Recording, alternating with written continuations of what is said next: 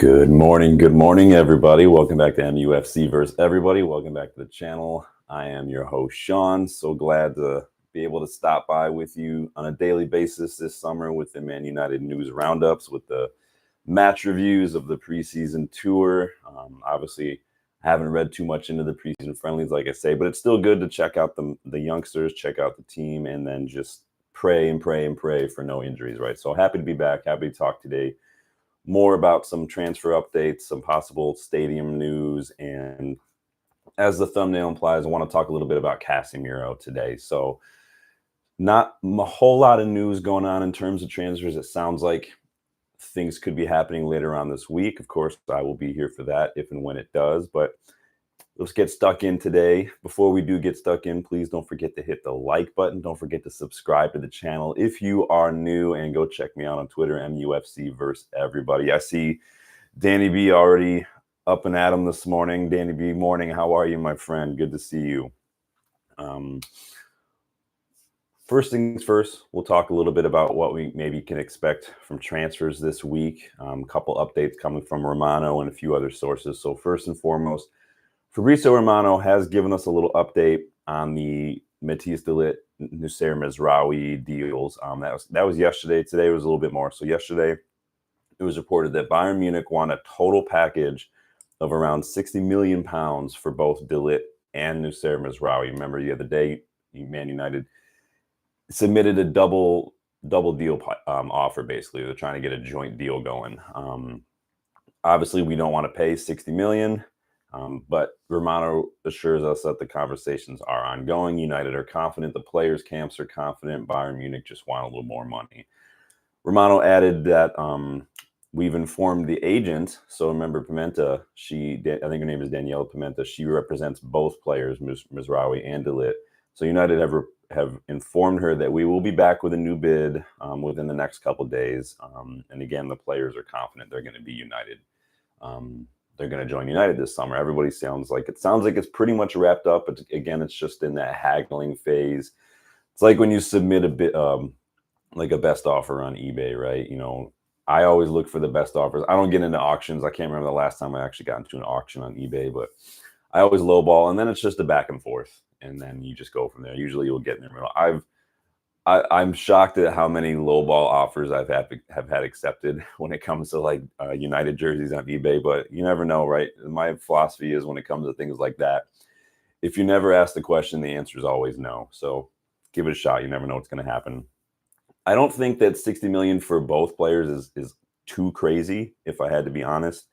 But like the negotiator mindset in me, maybe the business owner mindset, and maybe again, as the presenter, as the host of the channel, I try to offer all perspectives, right? What do I always say? Context is key. So I'm also trying to look at it from an Ineos negotiation perspective as well. Just because I talk about the finances a lot doesn't mean that that's my opinion all the time. I'm just trying to offer perspective. So I do think that 60 million for both could be a little much. I do think that maybe it's probably around 5 or 6, 7 million more than we could do, which isn't a lot, right? 5, 6, 7 million is not a lot. Like, honestly, if it were up to me, I would just be like, you know what, pay it and just get it over with.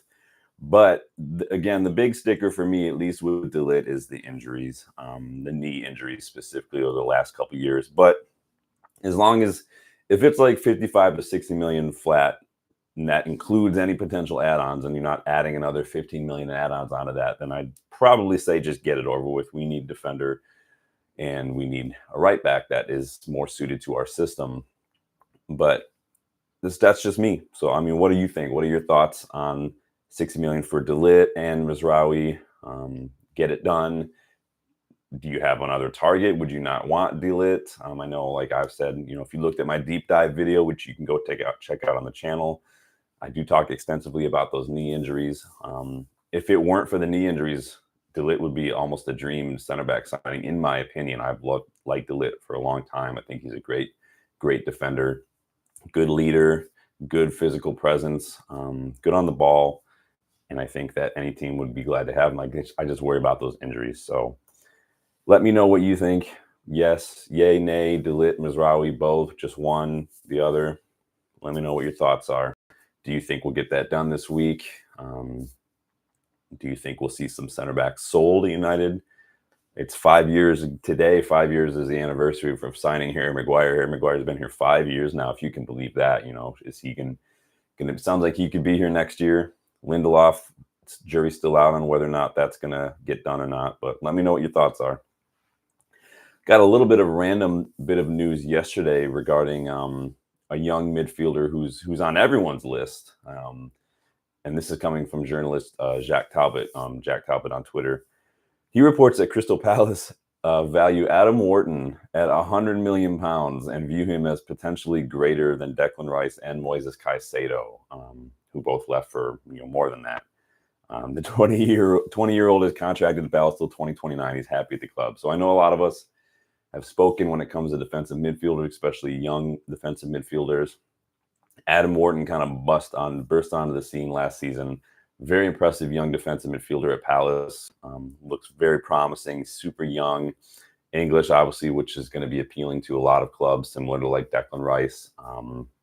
What are your thoughts on Adam Wharton? Is he a £100 million player to you?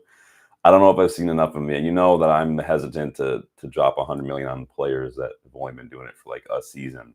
So, but then again, City spent $100 million on Jack Grealish, who they're already pretty much looking to get rid of, basically. Who's been pretty much a flop. On midfielders, though, Fabrizio Romano has reminded us all that negotiations with PSG for Manuel Ugarte could take more time because of financial fair play and United's need to sell players. Kyle Lacey, they need to, for the good of the team, they need to what? Good morning, Vibes. How are you, my friend? Good to see you again. So yes, on Ugarte, we need to sell players first. Financial fair play is killing us. That's not an Ineos cause. That's not their fault. That's the 10 years prior fault, basically. We need to balance the books. According to Romano, Ugarte is still waiting for United. He wants United. Personal terms are agreed. Romano assures us that there will be movement from United in the transfer market in the next few days, like we spoke about earlier. Ten Hag, too, has even made comments recently. He says the new leadership team is really eager to do business, to make deals, and they are on it. But if the timing is there, we have to make it if the opportunities are there. Danny B on Wharton, maybe after this season, but he won't, not worth 100 now. Yeah, we'll see. I like to see how players do after season. It's kind of like Kieran Maguire. I always talk about Kieran Maguire, and I think Kieran Maguire has done a great job with Ipswich over the last couple seasons. I like the way he plays. He's getting a lot out of these players. And I think that the way Kieran Maguire sets his teams up to play is very, very United. It feels very United. However, he's not done it in this league. He's not done it in Europe. I want to see how Kieran Maguire does over the next few seasons. If he can stay up, if he does well, I want to see how he handles some of this before I would ever consider him as a future United manager. But I do like what I see from Kieran Maguire so far. I want to see what Wharton does.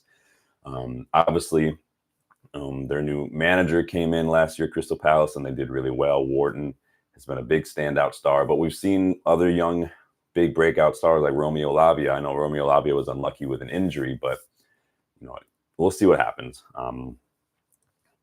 Vibes celebrating just here, still celebrate Vibes cartel freedom. I don't know what that means, my guy. Let me know.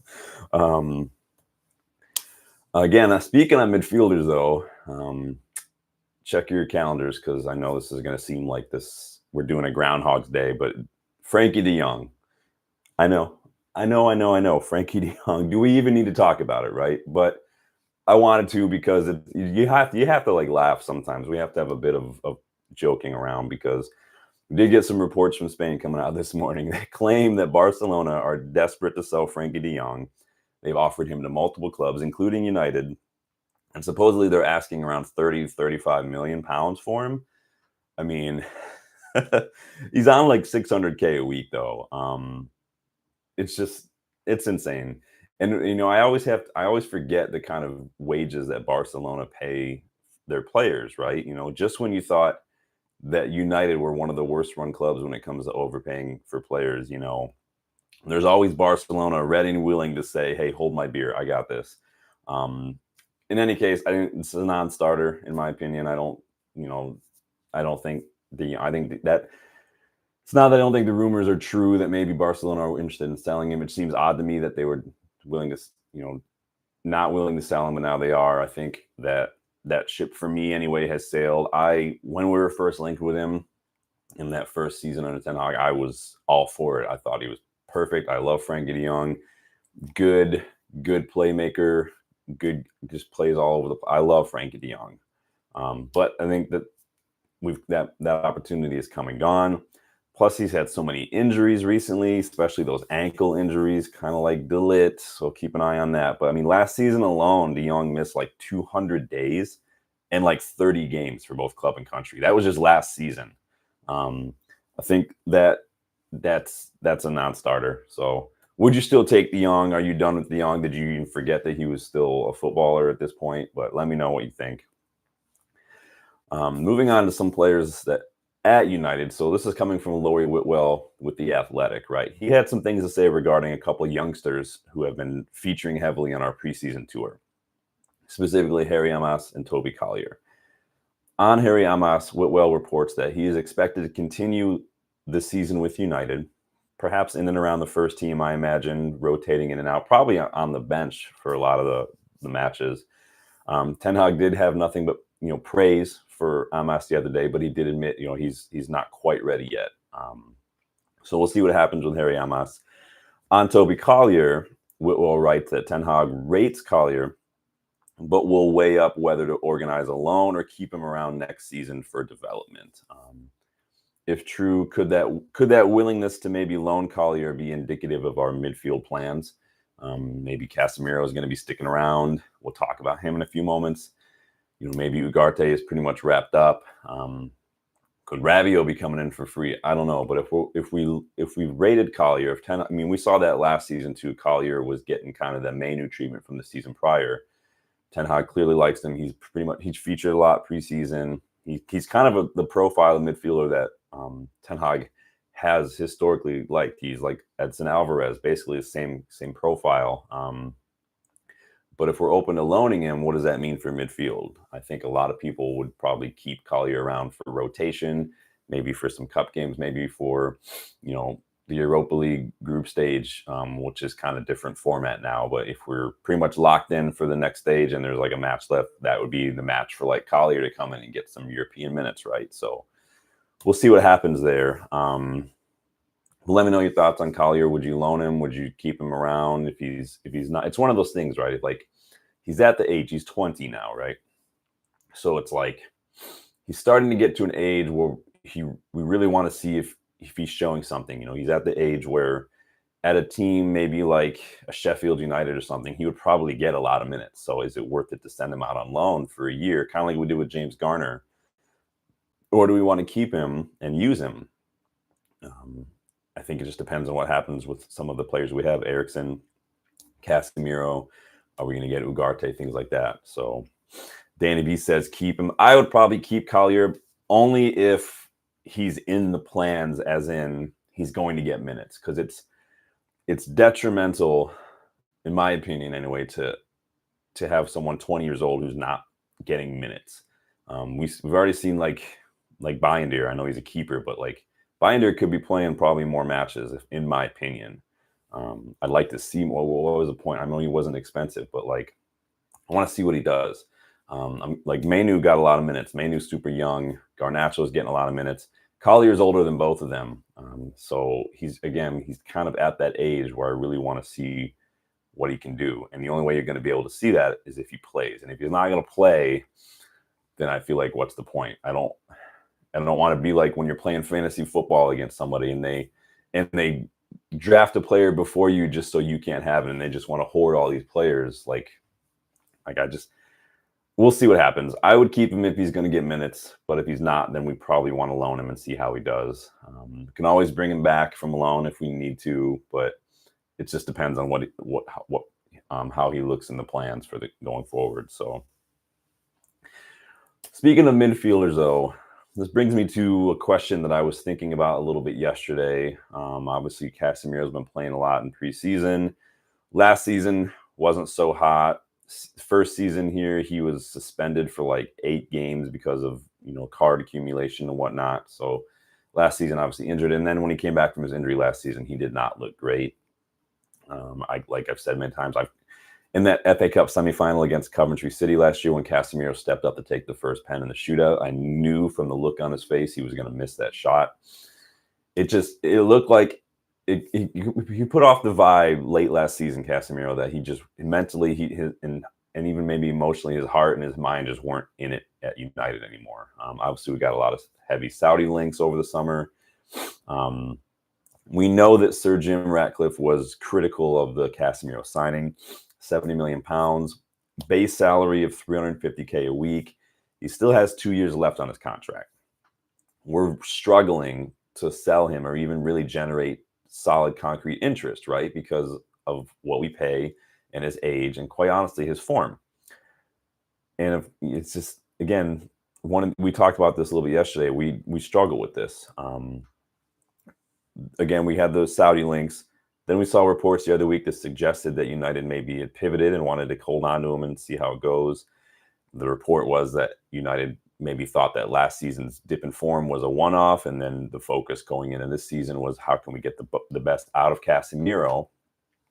But then we've also been linked with a number of defensive targets, and we're actively looking at Ugarte. So what does that mean? Clearly, we're looking to upgrade. Clearly, we're looking to add depth. Clearly, we're not reliant on Casemiro as the midfielder for us to kind of put all the pressure on, basically.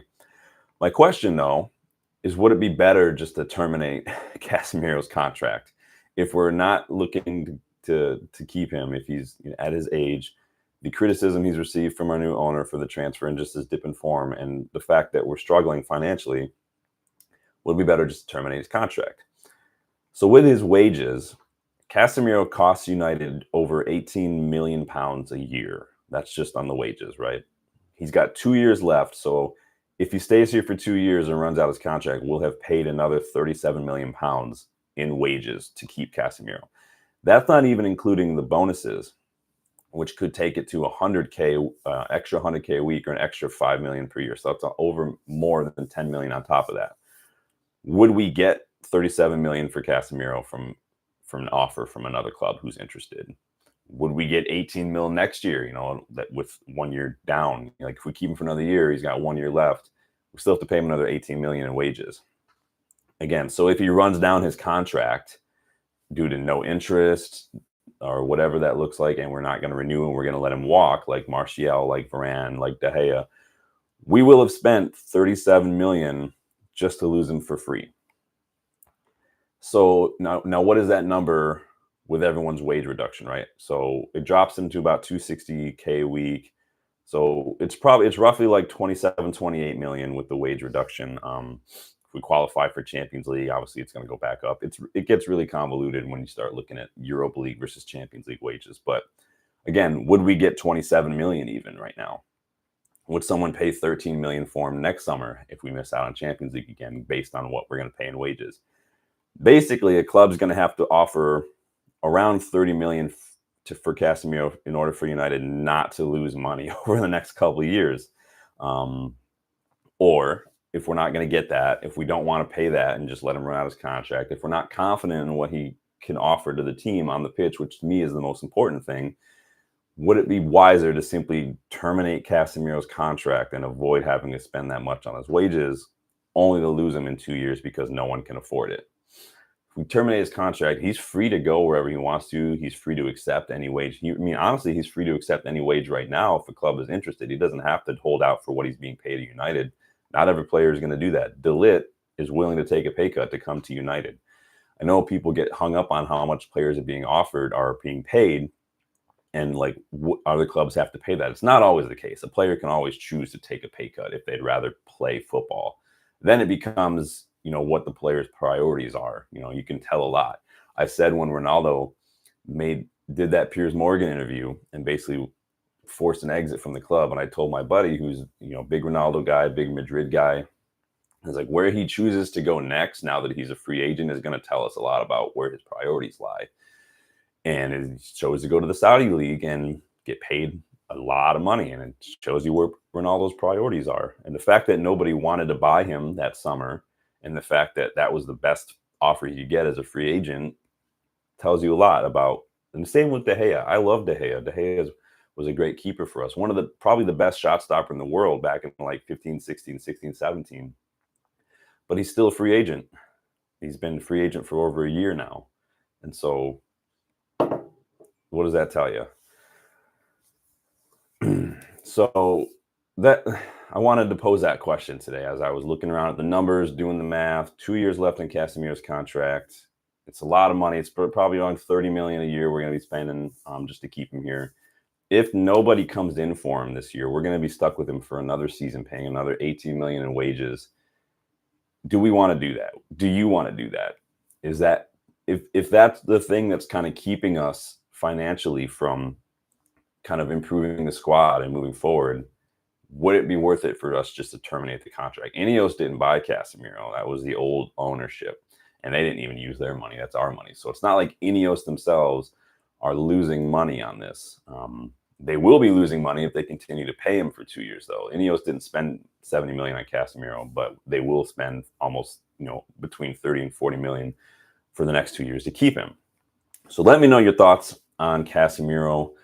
Would you rather, if we can't sell, like if no one's willing to do that, would you rather just terminate the wages? Would you rather just hold on to him for 2 years? It's up to you guys. You let me know your thoughts. Those are just what I was thinking about yesterday as far as Casemiro, and I wanted to put that out there for you guys because this is your channel. These are your opinions that I want to hear. This is your opinions I want YouTube to hear. So you let me know what you think. To wrap things up, could United's new shirt sponsor, Snapdragon, be the sponsor of the club's new stadium should we decide to build a new stadium instead of renovating Old Trafford? So this was a little bit of an interview that came out after our match against Betis the other day. Snapdragon's chief marketing officer, his name is Don McGuire. He's speaking at the stadium. He said, Old Trafford is Old Trafford. It should always be Old Trafford. But if there is a brand attached to that in some way, shape, or form, powered by someone like an or whatever, we're working very close with the team on the reimagination of Old Trafford from a technology and innovation standpoint, and Carrington as well. So if that leads to something bigger, where it would make sense for us to go even bigger, this shirt sponsor is pretty big, by the way, not inexpensive. But if it makes sense, we're always looking out for new opportunities, So I think some of the examples he was like Snapdragon Stadium at Old Trafford or something like that. So perhaps there's a chance that our new shirt sponsor could be the new stadium sponsor. What are your thoughts on that? I don't think that we would ever change the name of Old Trafford. It is what it is. It would feel weird to me if we build a new stadium and called it Old Trafford because it's not Old Trafford. We talked a little bit the other day about this new 100,000 seat stadium. Is it a good idea? What are your thoughts? Go check out that video if you want. We talked a lot in that video about philosophy, about economics, the pros and cons of a new stadium. Does it actually benefit the local economy, or not? Is that just a myth? Go check out that video if you want to learn a little bit more about examples, that have happened in other situations and what the actual statistics and what economics has to say about it. But I thought that was an interesting interview. I thought it was an interesting, concept. No one's really spoken about the sponsorship. Who's going to be paying, because it's going to cost a lot of money to build a new stadium. We're talking a couple billion at least for the kind of scale that Ineos are suggesting here. Obviously, nothing's set in stone yet in terms of renovating versus new build, but obviously the big way to cut down on those costs is to get a stadium sponsor. And it's a big chunk of change. It's not a little bit of money. Remember, we famously missed out. Our potential sponsor for Carrington dipped out a couple of years ago after the protests for the Super League. Remember, we got the Liverpool match called off. We lost the sponsorship because of the bad publicity. That was a big chunk of change. And I think that what we've seen from Spurs' new stadium, the initial estimates for the costs and everything is generally much, much lower than what actually ends up happening. And so I think that you always have to anticipate that. So it's interesting. If Snapdragon want to throw down a ton of money to be the sponsor, would you guys be open to that?